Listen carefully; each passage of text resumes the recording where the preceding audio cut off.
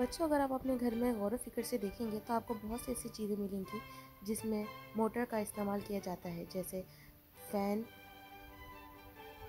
Toothbrush, बच्चों के खिलौने, ड्रायर मशीन, नाइफ मशीन। जैसे ही हम बटन ऑन करते हैं तो मोटर रोटेट होना शुरू हो जाती है। तो आज इस वीडियो में हम यही जानेंगे कि किस तरीके से ये रोटेशन शुरू होती है, इलेक्ट्रिसिटी पास ऑन होती है, मैग्नेट का क्या काम होता है और मोटर किस तरीके से चलती है और ये डीसी मोटर किस तरीके से बनती है।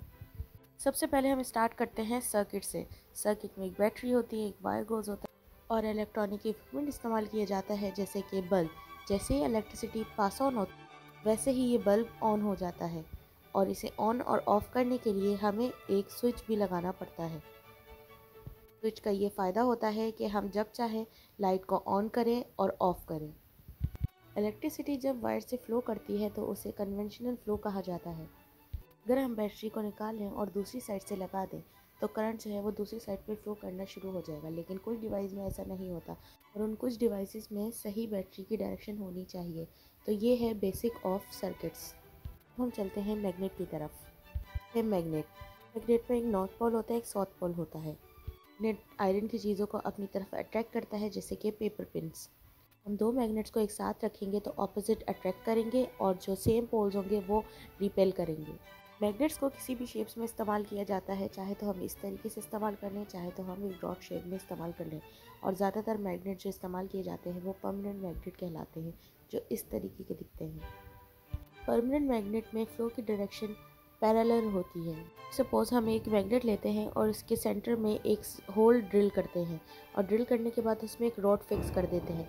जब हम साइड पे एक दूसरा मैग्नेट रखेंगे तो रॉड वाला मैग्नेट फ़ौरन से रोटेट करके ऑपोजिट साइड पे आ जाएगा और जैसे ही हम साइड चेंज करके दोबारा से रखेंगे मैग्नेट को तो वो दोबारा से रोटेट करके आता रहेगा। ये इसलिए हो सकता है क्योंकि सेम पोल रिपेल होता है और ऑपोजिट पोल अट्रैक्ट होता है। ये डीसी मोटर का बहुत अहम हिस्सा है जिसको समझना बहुत ज़्यादा ज़रूरी है। एक बॉब होता है जो मैग्नेट तो नहीं होता है, मैग्नेटिक डोमेन से बनता है, लेकिन इसके जो पॉइंट्स होते हैं वो पैरेलल नहीं होते। इसको पैरेलल करने के लिए वायर गोज इस पर लपेटना पड़ता है और लपेटने के बाद जैसे ही इलेक्ट्रिसिटी पास ऑन होती है ये रैंडम पॉइंट्स एक पैरेलल लाइन में आ जाते हैं।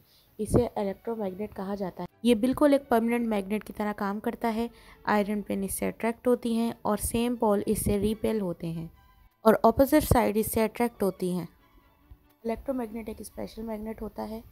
जैसे ही स्विच ऑन किया जाता है तो ये बिल्कुल एक मैग्नेट की तरह काम करना शुरू हो जाता है और जैसे स्विच ऑफ किया जाता है ये मैग्नेट की तरह नहीं काम करता है। जैसे ही हम फ्लिप करते हैं बैटरी को तो नॉर्थ जो है वो साउथ बन जाता है, साउथ जो है वो नॉर्थ बन जाता है। तो इस तरीके से ये फैसिलिटीज़ जो है वो हमें इलेक्ट्रोमैग्नेट से मिलती हैं, जो परमानेंट मैग्नेट से नहीं मिलती हैं। और इस प्रोसेस को रिवर्सिंग प्रॉपर्टीज़ कहा जाता है। बैटरी को बार बार फ्लिप करने से ज़्यादा बेहतर होता है कि वायर्स को फ्लिप कर दिया जाए, क्योंकि इस बॉब के कुछ हैज़र्ड्स होते हैं जो आप दूसरे डिफरेंट साइंस प्रोजेक्ट्स में भी देख सकते हैं। चलिए अब वापस आ जाते हैं स्पिनिंग मैग्नेट की तरफ। हम चेंज कर देते हैं स्पिनिंग मैग्नेट को इलेक्ट्रोमैग्नेट से।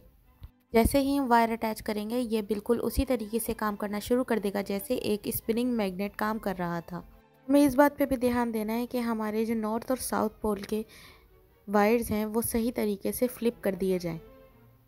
इलेक्ट्रोमैग्नेट में भी सेम पोल रिपेल होंगे और ऑपोजिट पोल अट्रैक्ट होंगे, सेम पोल रिपेल होंगे और ऑपोजिट पोल्स अट्रैक्ट होंगे और इस तरीके से हमारी रोटेशन का प्रोसेस शुरू हो जाएगा।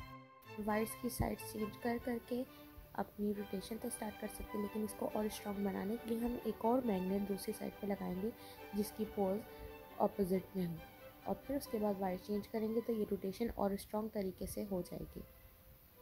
यही बेसिक कॉन्सेप्ट होता है एक डीसी मोटर का, लेकिन अब हम इसको और बेटर बना लेते हैं और हम इसकी साइड पे कर्व मैग्नेट इस्तेमाल करते हैं। स्पिनिंग मैग्नेट की जगह पे हम कॉइल्स इस्तेमाल करते हैं जिसे कहते हैं एमेचर। एमेचर का बेसिकली काम होगा कि वो इलेक्ट्रिसिटी के साथ इजीली कनेक्ट हो जाएगा। आर्मेचर के दरमियान में हम जो मैग्नेट इस्तेमाल कर रहे हैं अब वो फ्लैट मैग्नेट इस्तेमाल कर रहे हैं। जैसे ही हम वायर स्विच करेंगे आर्मेचर उसी तरीके से स्पिन करना शुरू हो जाएगा जिस तरीके से हमने पहले देखा था वीडियो में। ये वायर की स्विचिंग जो है वो मैनुअली नहीं की जाती कि इसके लिए एक कम्यूटेटर इस्तेमाल किया जाता है जो एक राउंड शेप में होता है। कम्यूटेटर जो है वो स्प्लिट होता है दो जगह से और ये साथ साथ रोटेट कर सकता है आर्मेचर की। सर्किट को कनेक्ट करने के लिए यहाँ पे 2 ब्रशेस का इस्तेमाल किया जाता है जिसे कार्बन ब्रशेस कहा जाता है। ये ब्रशेस स्लाइड हो सकते हैं स्प्रिंग की मदद से। जैसे ही करंट पास ऑन होता है पहले ब्रश में आता है, फिर अकोमोडेटर में, फिर आर्मेचर में, फिर उसके बाद दूसरे ब्रश से फ्लो होकर आगे जाता है। जैसे ही मैग्नेट पुट ऑन करते हैं रोटेशन स्टार्ट हो जाती है। इन कार्बन ब्रशेस का काम होता है कि वो हमेशा कांटेक्ट बना के रखें अकोमोडेटर से। ये आर्मेचर रोटेट होता है, ये कार्बन ब्रशेस स्लाइड और जॉइन होकर इलेक्ट्रिसिटी की जो बात होती है वो चेंज कर देते हैं। जैसे हम पहले मैनुअली वायर को स्विच कर रहे थे, फ्लिप कर रहे थे, अब इन कार्बन ब्रशेस का काम होता है कि जैसे ही मैग्नेट रोटेट हो तो ये वायर को स्विच और फ्लिप करें।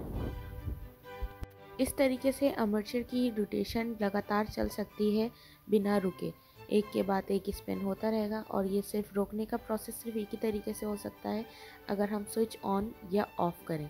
जैसे ही बटन ऑफ़ करेंगे तो ये आर्मेचर रुक जाएगा और जैसे ही ऑन करेंगे तो ये चलना शुरू हो जाएगा। एक कॉइल और 2 कार्बन ब्रशेस और 2 स्प्लिट रिंग एक रेगुलर स्पीड पे मोटर को चलाते हैं, लेकिन अगर हम चाहते हैं कि ये स्पीड ज़्यादा हो जाए तो इसमें हम एक और कॉइल भी ऐड कर सकते हैं और 2 स्प्लिट रिंग अलग से। जैसे ही इलेक्ट्रिसिटी पास ऑन होगी तो स्प्लिट रिंग जो है वो रोटेट करना शुरू हो जाएंगे। इलेक्ट्रिसिटी सबसे पहले स्प्लिट रिंग में आएगी और देन पहले कॉइल में और फिर दूसरे कॉइल में, फिर दूसरे कॉइल से दूसरे स्प्रिंग रिंग में। और जैसे ही रोटेशन होगी वैसे ही फ़ौरन वो अपनी जगह स्विच करना शुरू कर देगा। और जैसे ही स्विच करना शुरू करेंगे हमारी रोटेशन तेज़ रफ्तारी के साथ शुरू हो जाएगी। कुछ मोटर्स ऐसी भी होती हैं जिनके अंदर बहुत सारे कॉइल्स का इस्तेमाल किया जाता है ताकि वो और तेज़ स्पीड से चल सके। तो इस पूरी मोटर को स्पिन कर रही होती है फोर्स, उस फोर्स को कहा जाता है टॉर्क। एक पूरे सर्किट के टॉर्क को सही करने के लिए हमें बेहतरीन इलेक्ट्रोमैग्नेट की ज़रूरत है। इलेक्ट्रोमैग्नेट बेहतरीन तब हो सकता है, स्ट्रॉन्ग तब हो सकता है जब उसके ऊपर बहुत सारी वायर्स रैप हुई हो स्ट्रॉन्ग कॉन्ट्रैक्शन बनाने के लिए।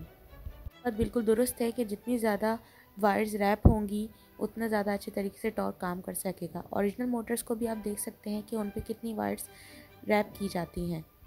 इलेक्ट्रोमैग्नेट को मजबूत करने के बाद और भी तरीके होते हैं, जैसे कि अगर हम बैटरी का साइज़ बढ़ा दें या इलेक्ट्रिसिटी की पावर को तेज़ कर दें तब भी हमारी स्पीड जो है वो मोटर की वो तेज़ हो सकती है।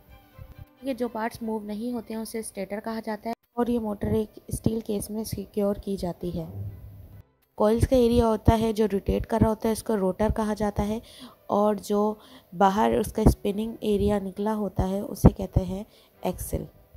और इस तरह एक कंप्लीट डीसी मोटर बनाई जाती है। अगर आप कोई डिवाइस देखते हैं जो रोटेट या मूव करती है तो समझ जाएं कि उसमें डीसी मोटर इस्तेमाल की गई है। कुछ इलेक्ट्रॉनिक मोटर्स ऐसी भी होती हैं जो डिफरेंट तरीके से काम करती हैं, लेकिन इससे कोई फ़र्क नहीं पड़ता कि मोटर किसी भी तरीके से स्पिनिंग मोशन में आए। लेकिन इन मोटर्स का एक ही काम होता है कि वो स्पिनिंग मोशन क्रिएट करें। जैसे हम बच्चों के खिलौने में देख सकते हैं और इलेक्ट्रॉनिक फ़ैन में देख सकते हैं, हर चीज़ में स्पिनिंग मोशंस को क्रिएट किया जाता है। एक बड़ा रोटेटिंग फ़ैन हो या फिर एक छोटी सी नाइफ़ हो, कटिंग नाइफ़, हर छोटी से छोटी चीज़ और बड़ी से बड़ी चीज़ में भी आपको डीसी मोटर देखने को मिल सकती है। डीसी मोटर का मेन पर्पस किसी भी चीज़ को रोटेट करना और एक मोशन में लेकर आने का है।